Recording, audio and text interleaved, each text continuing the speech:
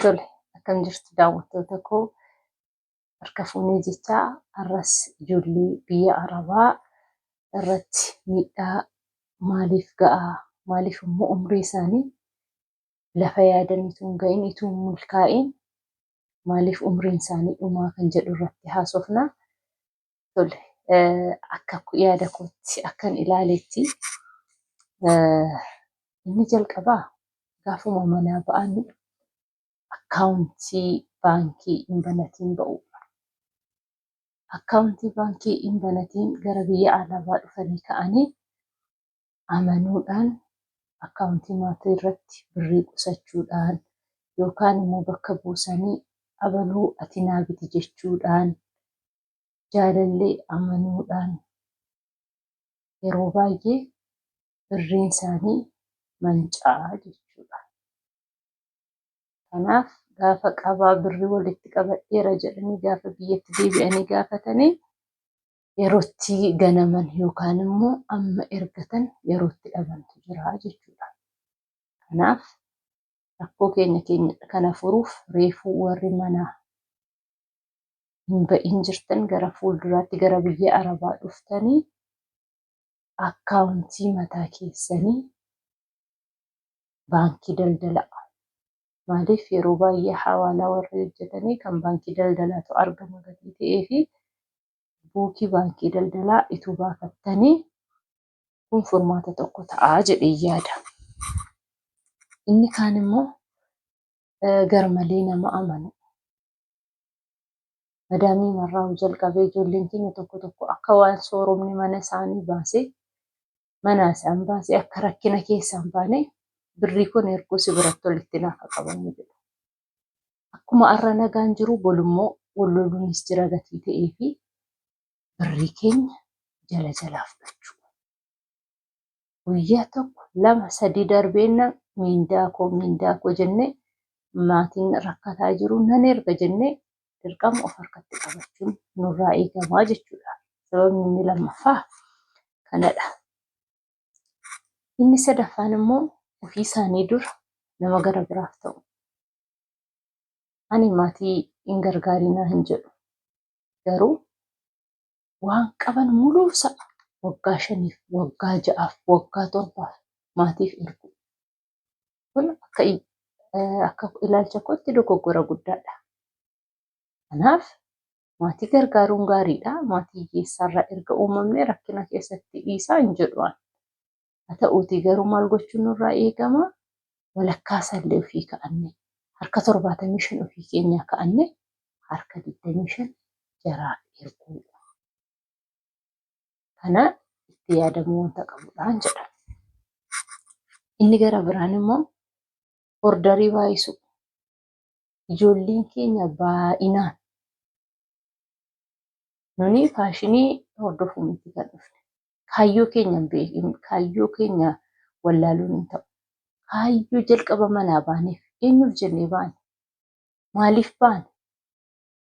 Kaayyoo keenya baruun barbaachisaadha. Ijoolleen tokko ijoollee madaamii qixxee yerootti ta'anii faashinii hordofantu jira. Onlaayinii ordarii gochuun akka faashiniitti. Kun nurraan eegama. Wayyaa dhabnee manaa baane miti. Kanaaf amma as jirrutti kaayyoo keenya barree birrii keenya tokko lamaan xinnoo fakkaata gaafa onlaayinii ilaallu birrii 35dha, birrii 45dha, birrii 70 yoo baay'ate. Garuutuma akkas jedhamu birriin nama harkaa dhufu. Birriin biyya Arabaa jinnii qabaa, akkas qabaa, barakaan qabuu maaloodha jedhama. Qabnaan numa barakaa qaba. Kanaaf isa kanas ituu hubattanii yaada jedhuun qabaa jechuudha. Inni kaan immoo wallaaluma. Wallaaluma maatiin jedhee ijoolleen keenya gaafuma biyyaa ba'anii bilbila guddaa bitachuu beeku. Warri baadiyyaarraas warri magaalaa amma tokko wayyuu warri baadiyyaarraa ba'anii deeman bilbila gaafa yeroo jalqabaaf bitatanii Imo buufachuu beeku, waatsaappii buufachuu beeku, tiiktookii.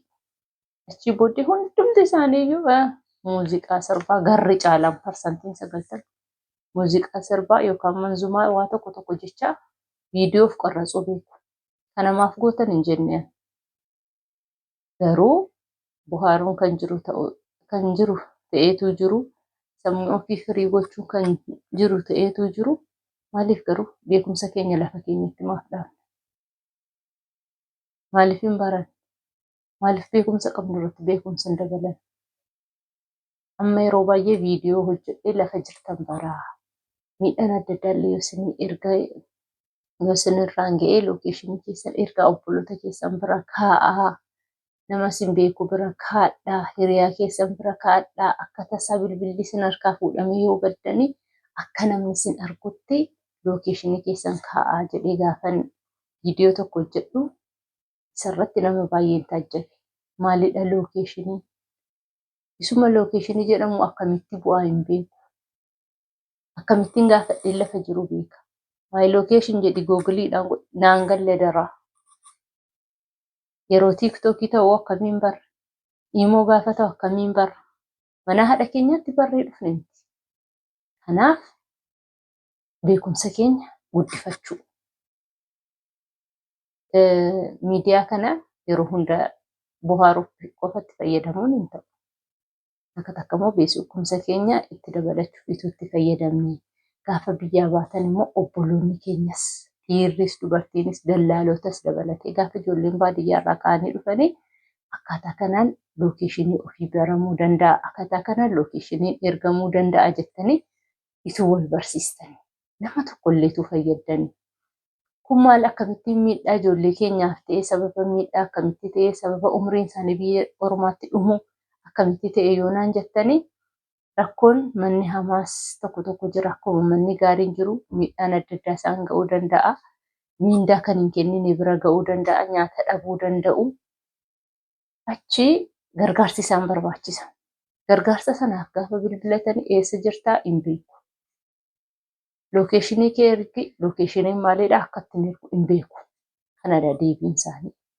Kanaaf maaliif beekumsa dhabuun keenya rakkoo ta'eera. Mirga keenya wallaaluun keenya yeroo nyaata dhawwatamu yeroo miindaa dhawwatamu lafatti bilbiluu utuu qabnu mirga keenya kabachiisuu utuu dandeenyu leebar ofiisitti utuu bilbiluu dandeenyu poolisii biratti utuu bilbiluu dandeenyu baduu filannoo godhanna ijoolleen keenya. Gaafa badan maaltu ta'a? Seera ala ta'a. Yeroo seera ala ta'amu immoo akka warra seera qabeessaatti illee kan mirga isaaniif muggutu hin jiru jechuudha. Paaspoortii gatanii ba'u, lakkoofsa paaspoortii qabatanii hin ba'anii ijoolleen keenya baay'ee rakkoodha. Kanaaf yeroo rakkoon isinirra ga'u tokko lookeeshinii keessan akka itti bartan kanaan duras viidiyoo hojjedhee yuutuubii irrattis gadhiiseera. Isas ilaalaa lookeeshinii keessan ergattanii rakkoo keessan beeksisu. Yeroo immoo rakkoon adda addaa immoo isin mudamtu baduu filannoon taasisina. Amma isinii danda'ame achuma teessanii imbaasiittis, leebar ofiisiittis, poolisiittis bilbiltanii rakkoo jalaa yoo baatanii iddoo tokko teessanii yoo hojjetattanii amma tokko birrii keessan walitti qabachuu dandeessu. Inni kaan immoo dhukkubbii. Ijoolleen keenya qubii jedhanii walitti qabamanii qubii galuu. Inni tokko erga qubii isa duraa nyaatee ka'ee walii laachuu didu. Kunis rakkoo garaa biraadha. Sababa ijoolleen keenyatti nyaataman keessaa biyya ormaatti birrii xinnoo jedhamu miti egaa 10,000 15,000 dirhaamaan riyaalaan jechuudha. Birrii guddaa birrii Itoophiyaatti ta'uu danda'u takkaatti nyaatamu.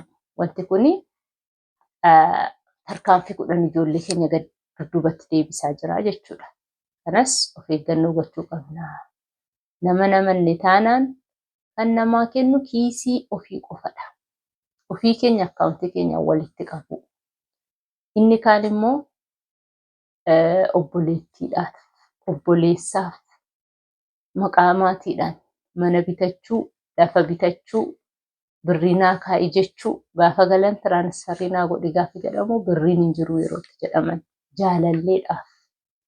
Kanaaf nama amanuun amma qaba. Wanti isin harka hin jirre qaban jedhina. Isa isaaniif kennaa laachuu qabdan kennaa malee akkaawuntii nama tokko irratti birrii walitti hin qabatinaa. Maqaa nama tokkoonis mi'aawaa tokkoon bitatinaa isinitti haafu. Ofii keessan gaafa waggaa 2 hojjetattanii birrichi hin ga'atanan waggaa 4 hojjetattanii akka dhaqxanii bitattanii deebi'u. Kana akka filannootti ituu qabattanii isiniin jedhaa. Inni kaan immoo gaafa birrii ergitan isheettiin ergamu birrii 20 qusachuuf inni birrii guddaa si'a takkaatti gashu. Ijoollee hawaalaa hojjetanitti 14,000 15,000 takkaatti kennu. Kunis sababa ijoolleen keenya itti nyaatamtu tokkodha. Maaliif jala jalaan 4,000 5,000 gashanii 10,000 nyaatame 15,000 nyaate yeroo baay'ee immoo warra hawaalaa erganii fi harkaan laanna baay'ina. Akkaawuntii irratti illee hin galu. Akkaawuntii ofii keenya kan biyya alaan qabu. Kanneen madaamii fa'iin dabarsinaa. Wanta evidensii hin qabnetti birrii amma kana birrii guddaa kaasnee takkaatti dhamaatii keenya waggaa 1 waggaa 2 nama tokkotti laannee yerootti nyaatamu jira. Kanaaf 3,000 4,000 dabarsitanii illaatina warra hawaalaa gashanittis. 20 kaffalaa zuurii 4 zuurii 5 gashachuu isiniif wayyaa. Akka kootti akka laalcha kootti sababni ijoolleen keenya umriin isaanii biyya Arabaatti dhumuu fi ituun milkaa'in hafuun isaanii akka kana jedhee kaa'eeraa. Yoo kun isa dabalamuu yaada dabalataa immoo isinis komentii jalatti kaasuu dandeessu. Na chaanaliin kun immoo yaada gaggaarii fidee waan ijoolleen keenya dhaga'uu qabdu barachuu qabdu isiniif dhufaa jira taanaan laayik, sheer, sabskiraayib, koomentii gochuudhaan chaanalicha jajjabeessaa isiniin jedhaa. Viidiyoon dheeraa natti fakkaata. Anaafis yoo yaada qabaattan wanta sirreessu wanta na deeggaru yaadi keessan ana jajjabeessa ana deeggara gatii ta'ee fi akka yaada keessan naa kennitanii kabajaan isin gaafadhaa. Nagaatti walitti deebinuu.